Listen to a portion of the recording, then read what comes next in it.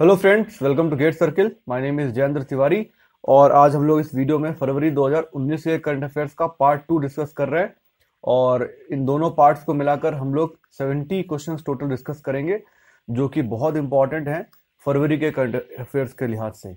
Okay, तो पिछले part में मैंने 40 क्वेश्चंस को डिस्कस किया था। आई होप आपने वो वीडियो कवर कर लिया है और आज इस वीडियो में हम लोग बचे हुए 30 क्वेश्चन डिस्कस करेंगे। ओके, ये आप फेसबुक ग्रुप ज्वाइन कर सकते हैं। फेसबुक ग्रुप पीडीएफ को डाउनलोड करने के लिए टारगेट यूपीपीएससी 2019, और ये जो है पीडीएफ आपको हमारी वेबसाइट getcircle.in पर भी अवेलेबल रहेगी, वहां से आप इसे डाउनलोड कर सकते हैं। इसके अलावा जो लोग पहली बार मेरे इस वीडियो को देख रहे हैं वो लोग मेरे चैनल को सब्सक्राइब करना मत भूलिएगा। जिन लोगों ने अब तक मेरे चैनल को सब्सक्राइब नहीं किया है, आप लोग बेल आइकन भी प्रेस करिए, जिससे कि जैसे ही कोई वीडियो मेरे चैनल पर अपलोड होता है आपको उसका नोटिफिकेशन मिल जाएगा। ओके, तो चलिए हम लोग स्टार्ट करते हैं क्वेश्चन नंबर 41 से।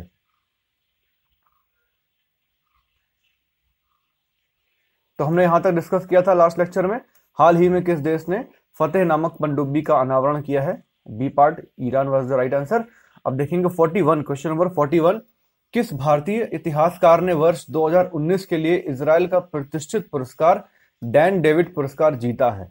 काफी इंपॉर्टेंट क्वेश्चन है ये, एग्जाम में निश्चित रूप से पूछा जा सकता है। तो जो ये डैन डेविड पुरस्कार है, ये इजराइल का प्रतिष्ठित पुरस्कार है और ये जीता है संजय सुब्रमण्यम ने।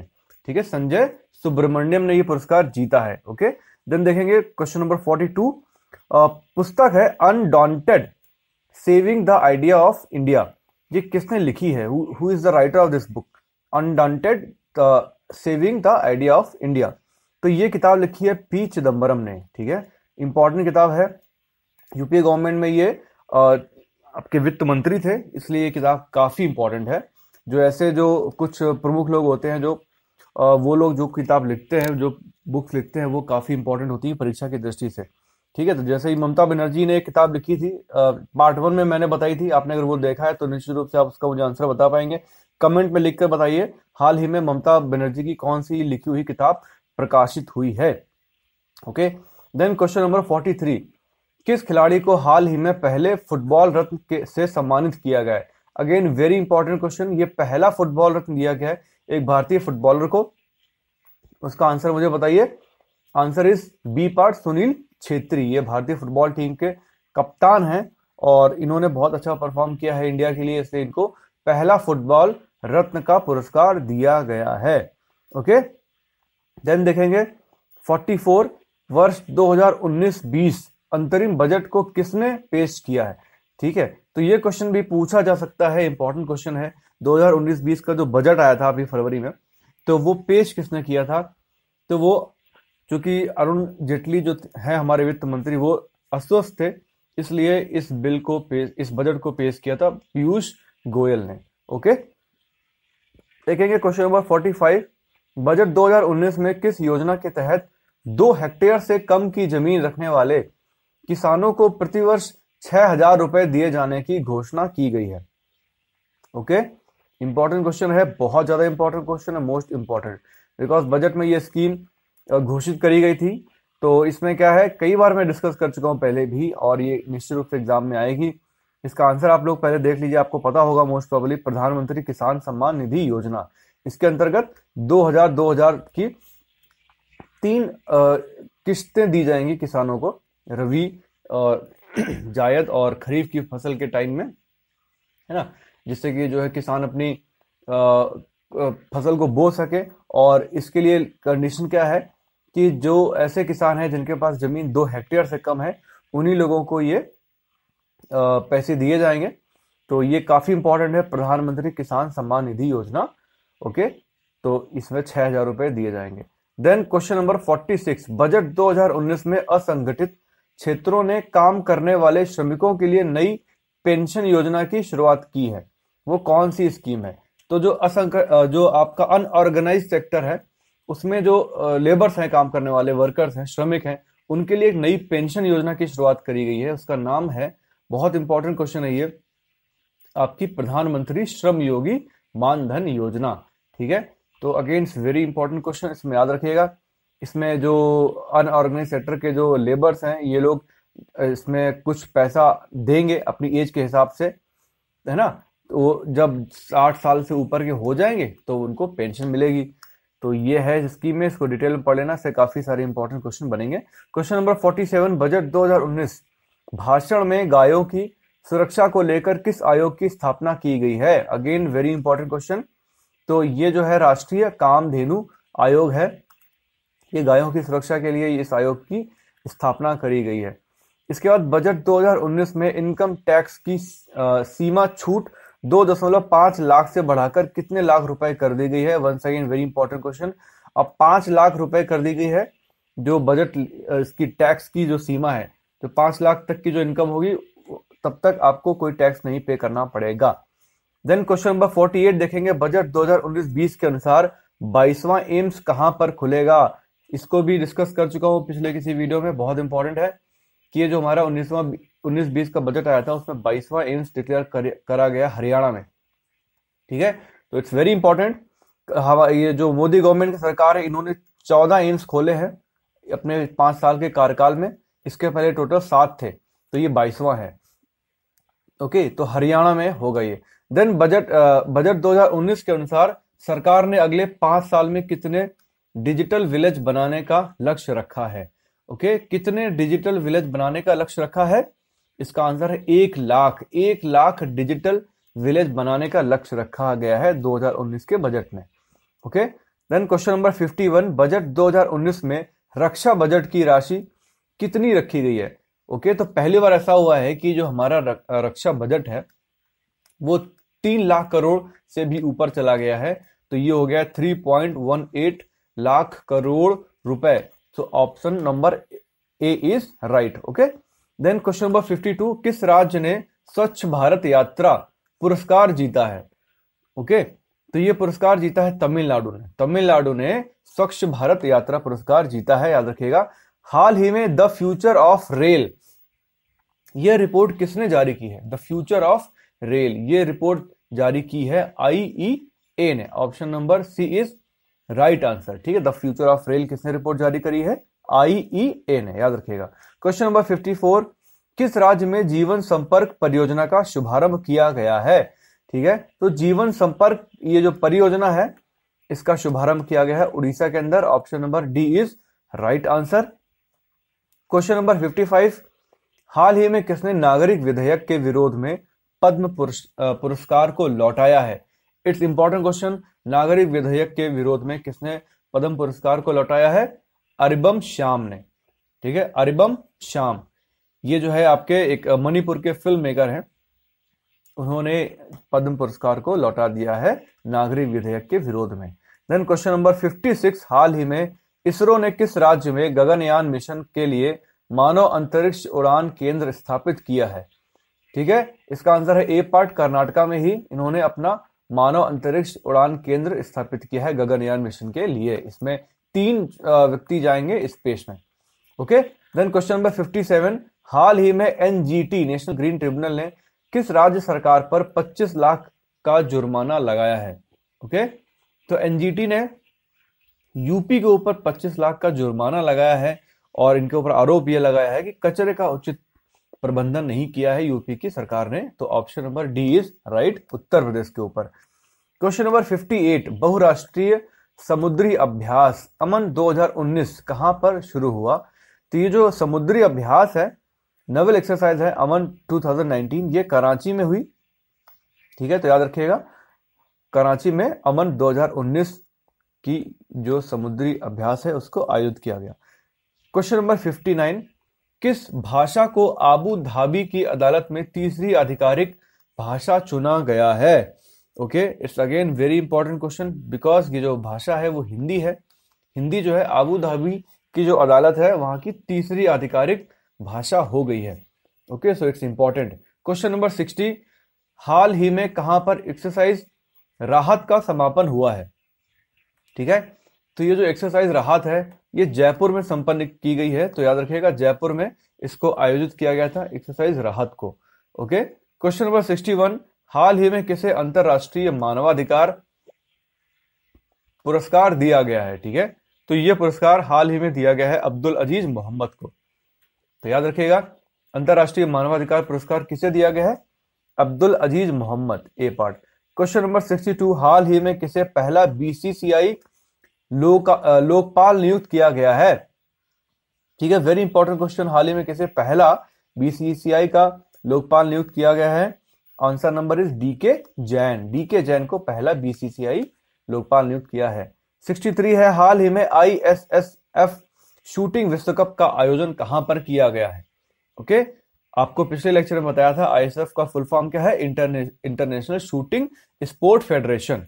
ठीक है, तो ये जो शूटिंग विश्व कप हुआ था इसका आयोजन किया गया नई दिल्ली में। ठीक है, और यहां पर ही अपूर्वी चंदेला ने 10 मीटर शूटिंग में गोल्ड मेडल जीता था। ये भी काफी इंपॉर्टेंट क्वेश्चन है, अपूर्वी चंदेला, याद रखिएगा।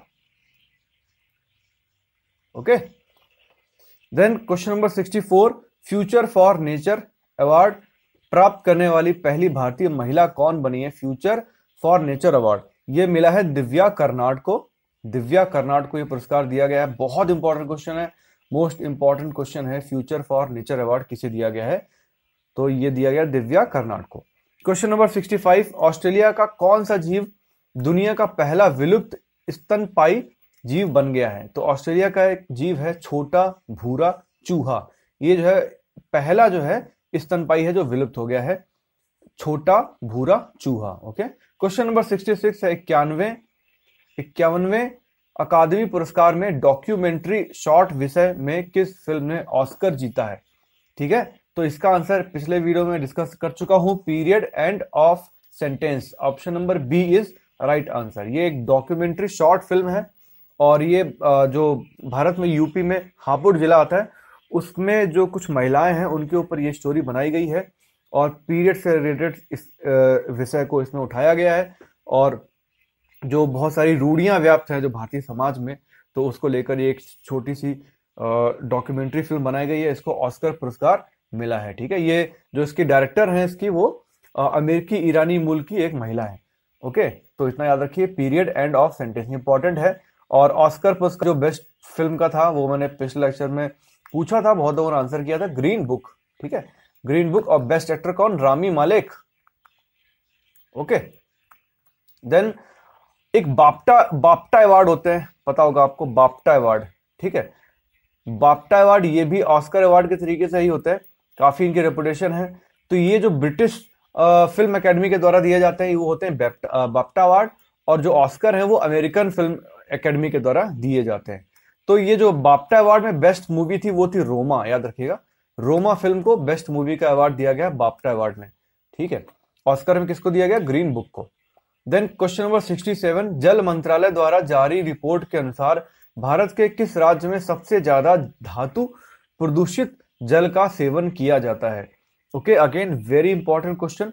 पश्चिम बंगाल में ऐसा होता है, करीब 39% जनसंख्या पश्चिम बंगाल की धातु प्रदूषित जल का सेवन करती है। तो ये इंपॉर्टेंट है, याद रखिएगा, एग्जाम में पूछा जा सकता है आपसे।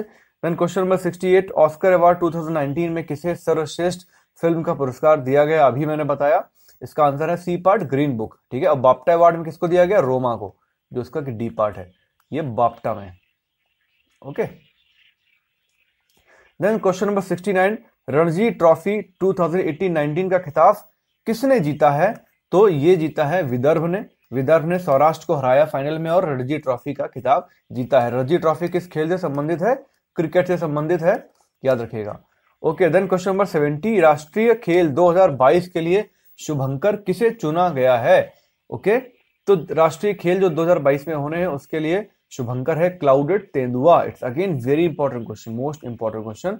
और इसी के साथ हमने 70 क्वेश्चन डिस्कस कर लिए हैं फेब के, और हमने जो आखिरी क्वेश्चन है वो काफी इंपॉर्टेंट क्वेश्चन के साथ इस वीडियो को अपन यहीं पर समाप्त करेंगे। और इसके साथ ही फरवरी हमारा कंप्लीट हो गया और मार्च का जो करंट अफेयर्स है वो बहुत ही जल्दी अपलोड करूंगा। मैं अपने प्रोसेस को थोड़ा सा स्पीड अप कर रहा हूं। अभी मार्च, आज कितनी तारीख है? आज 26 मार्च है ना। तो I will try to complete all March current affairs in 2 parts.